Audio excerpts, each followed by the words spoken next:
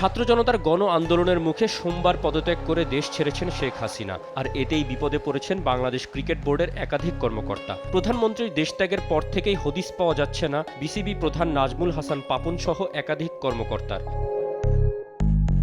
আওয়ামী লীগের অনেক নেতাকর্মীর বাসায় আগুন দেওয়া হয়েছে। সাবেক অধিনায়ক মাশরাফি বিন মুর্তুজা আওয়ামী লীগের সাংসদ হওয়ায় পুড়িয়ে দেওয়া হয়েছে তার নড়াইলের বাড়ি। আগুন দেওয়া হয়েছে পাপনের নির্বাচনী এলাকায় তার ভৈরবের বাড়িতেও। এখন জনমনে প্রশ্ন, কোথায় আছেন পাপন? এই মুহূর্তে এই প্রশ্নের জবাব নেই কারো কাছে। বিসিবির কেউ কেউ বলছেন দেশ ছেড়েছেন পাপন, অনেকেই বলছেন দেশে আছেন তিনি। আপাতত নিরাপত্তার জন্য গা ঢাকা দিয়েছেন। বিসিবিতেও তার শেষ দেখে ফেলেছেন কেউ কেউ।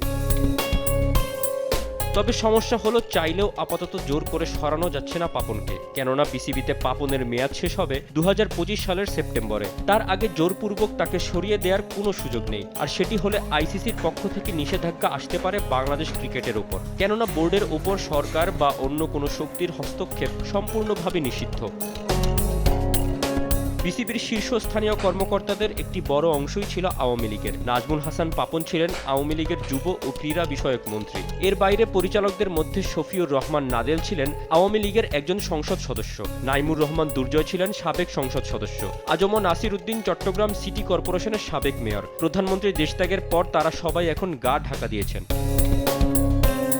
মোহাম্মদ তৌসিফুল হাসান, স্পোর্টস ডেস্ক, দেশ টিভি।